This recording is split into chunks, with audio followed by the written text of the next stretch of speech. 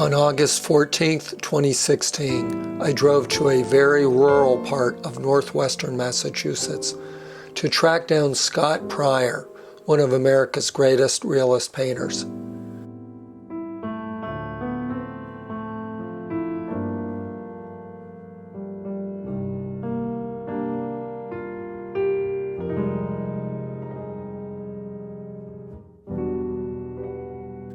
You've found me up here in my temporary home and studio in Heath, Massachusetts. It's quite an experience being here. It's a one-room house that I designed, had built. Bedroom, kitchen, studio, fireplace, comfy living room, incredible 40-mile view.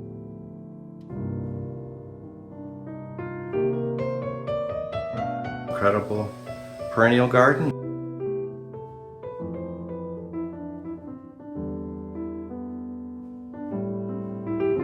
A place where I can jump in the water down there. A while back, I made a movie about the artist Gregory Gillespie. I was seeking out people who had known him and met Scott through Facebook. Gillespie, who killed himself in 2000, had been a guide and artistic mentor to Scott in the 1970s.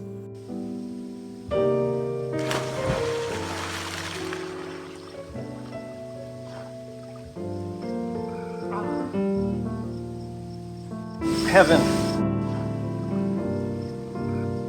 But their work eventually went in very different directions. Oh man, that's just like the Garden of Eden, Scott. Just missing Eve. The feeling of your paintings is so much more life-affirming than Gregory Gillespie's paintings, which were very dark. Is that just your temperament? There is, I guess, a little melancholy in your work, but especially the paintings of your family. The simple answer is yes. It's my temperament, I think. Greg had a major impact on me. And when I was younger, all that angsty stuff, psycho stuff, anger, digging deep into the problems of the world, of life, of relationships and all that, I responded to that. I imitated it, I mimicked it, I tried to be a little Gregory Gillespie. And it's all part of learning how to paint. You know, you find someone to emulate and you copy them. But there was a point when I sort of identified that problem and accepted the fact that that wasn't my nature, that I basically am an optimist with a pessimistic bent. Okay, so the melancholy, the awareness of life's changes, awareness of the nature of the world. It's mind-boggling, but I tend to simplify it by looking at, I guess, positive things. And above all, you see the beauty in the world. Yeah, they're still there, regardless of what we're trying to do to it. I mean, look where I live. Yeah, really.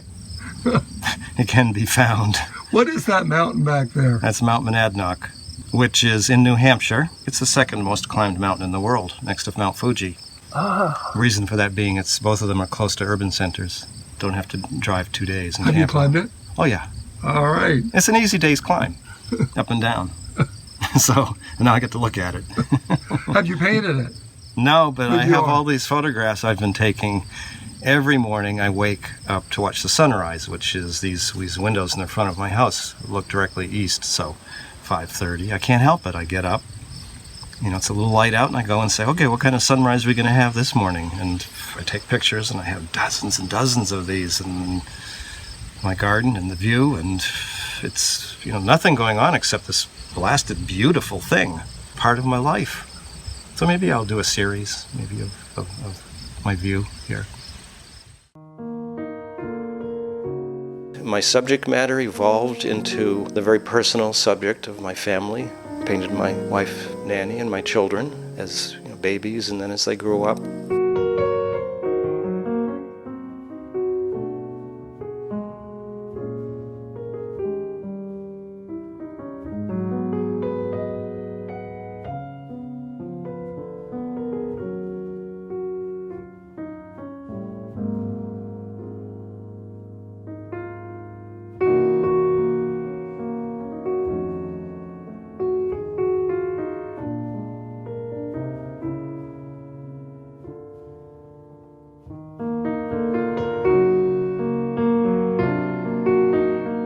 painted the things around me, my life.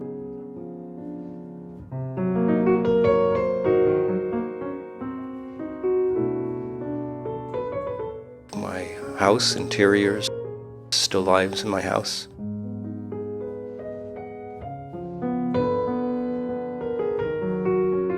My backyard, which I always loved to landscape and garden, so that showed up in a lot of my paintings.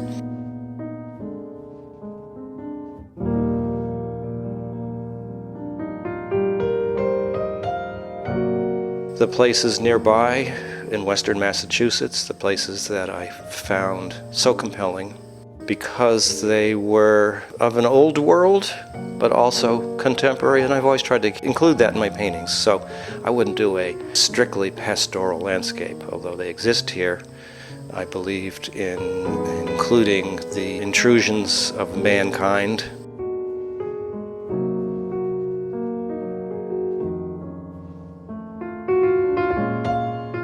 And that pretty much sums it up, except for one major awakening, a realization. I had gone to a retrospective of Edward Hopper's paintings down at the Whitney in New York. I always loved his work for its alienation. Even if he had people in his paintings, they always seemed to be alone in their own thoughts. Even if there were two people, they didn't seem connected. Of course, the New England subject is his subject and my subject. But on top of that, I realized that his subject was light in almost all of his paintings. It was light, and it was a revelation to me, the impact of light. And from that time forward, my subject has been light. My interest in light is important as any concrete subject.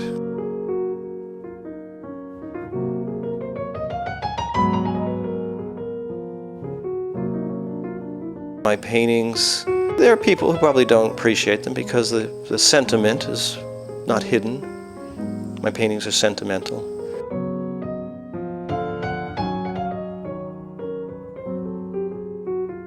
I believe in the evocative effect of light, beauty. Not afraid to talk about that.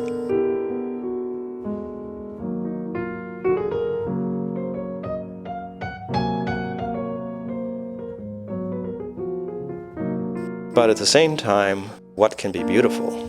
Did a small painting walking in the woods of a rusted trash can shot up with bullet holes. Okay, so that's an extreme. I'll do variations on that. Things that have been left behind, forgotten, rusted, corroding.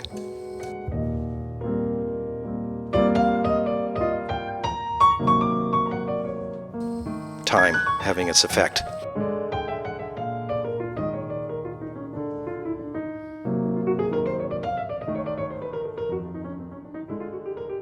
I'm now 66.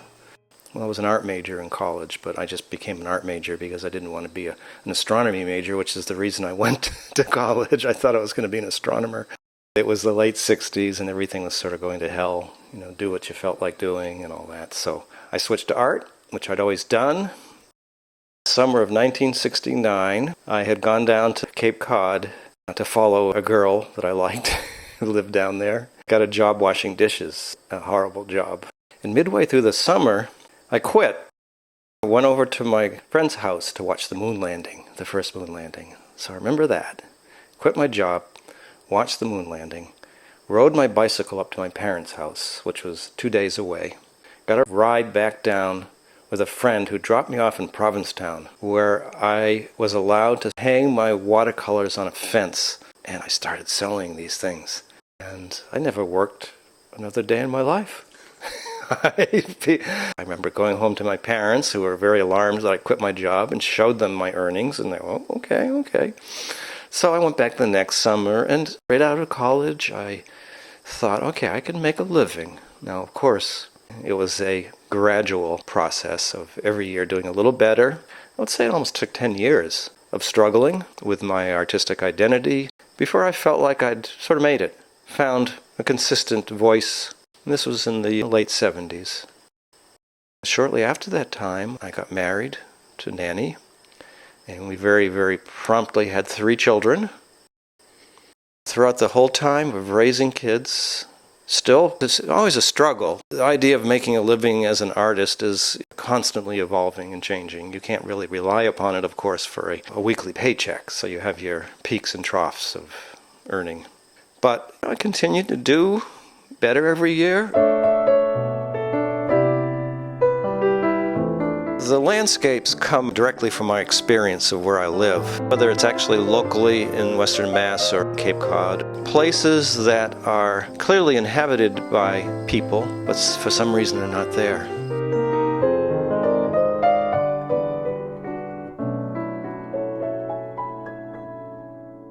I think of it as off-season, a term I use to describe what's going on. So you have houses where it looks like maybe there's nobody there. The snow hasn't been shoveled out from the front steps or something like that, but there's one little display of Christmas lights, ornaments, or there's a light in the window.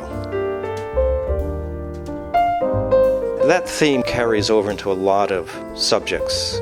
Wherever I find them, I will take pictures. Sometimes I create them.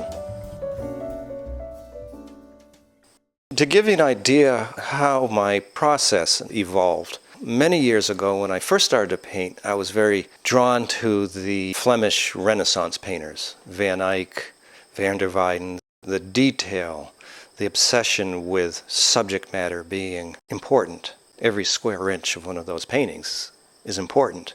I taught myself looking at these paintings and trying to come up with facsimiles. You learn by copying, so I introduced my own subject matter, but there was one painting by Bruegel called Hunters in the Snow. It's one of his grand landscapes where it starts in the foreground and goes down into a valley and off into the distance and rises up into mountains again. And I was very aware that the town where I was living in Northampton, Massachusetts, I saw similarities to the landscapes. A little town, a hill up near where Smith College is, where you can look down on the town and see beyond the town the cornfields, the Connecticut River, and then the Mount Holyoke Range in the distance. And I thought, okay, that's like a Bruegel. That's like Hunters in the Snow. But, of course, I could never find, and I was always looking, driving around, creeping around people's backyards, climbing up the tops of buildings, trying to find the right vantage point to take photographs to come up with a painting. And I worked more strictly from photographs that I took. In other words, I took a photograph and I painted it. I got very good at photography, by the way.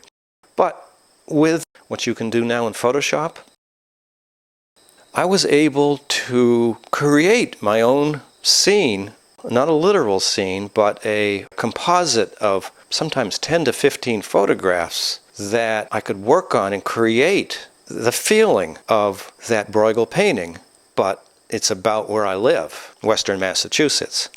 So I've done a few of those paintings. They tend to be very major paintings. The most recent one called Valley in Winter, probably 5 or 6 separate locations, some of them like 20 miles apart, in that one image. I have on my computer thousands of photographs that I go through and find this or that will work in the painting, and I'll drop it in. And this particular painting, I worked on the Photoshop generated image for 2 years before I was ready to make the painting.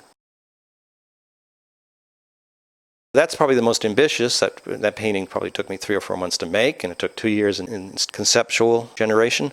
But I do that in almost all of my work. I work with photographs, but they become my images through Photoshop. And I can create light now in Photoshop. I'm that good at Photoshop.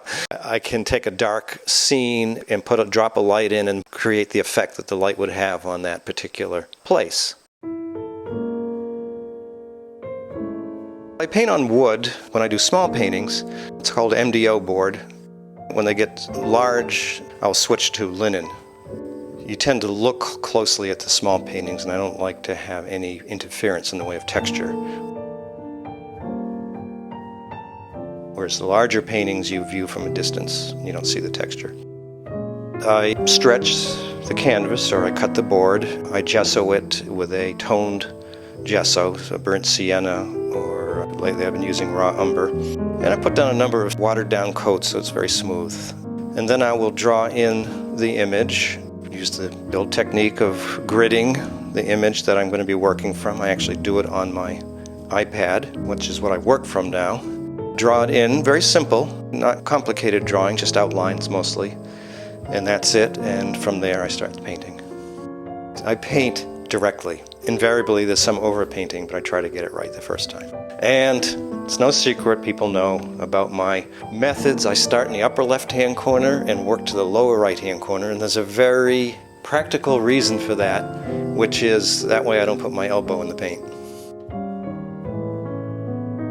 As much as it's beautiful here, my life is mostly painting, mostly working. I've set myself up to do a lot of shows in the next year. It keeps me grounded. If there's ever any confusion in my life, painting is where I turn. I feel very lucky. It's been like a godsend to me. For 40 years, I've been able to make a living painting, to enjoy it still, to feel like I'm contributing something to the world. Whenever I paint life light, I'm aware of the transitory nature of it. In other words, whatever this effect is that I'm painting will be gone in a minute. It is there and it will be gone. And I believe that if we had a beautiful sunrise 24 hours a day, it would be meaningless. It's because we know, oh, there it is. Oh, there it goes. And that's kind of a deep, philosophical, spiritual subject about everything.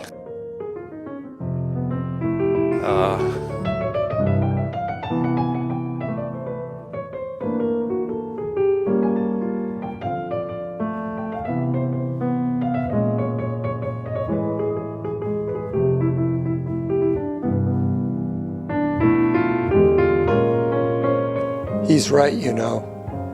I am so glad to have finally met Scott Pryor. His paintings are profoundly beautiful, but he reminds us, paradise is not forever. We are flawed creatures and can be cast out of the garden at any time.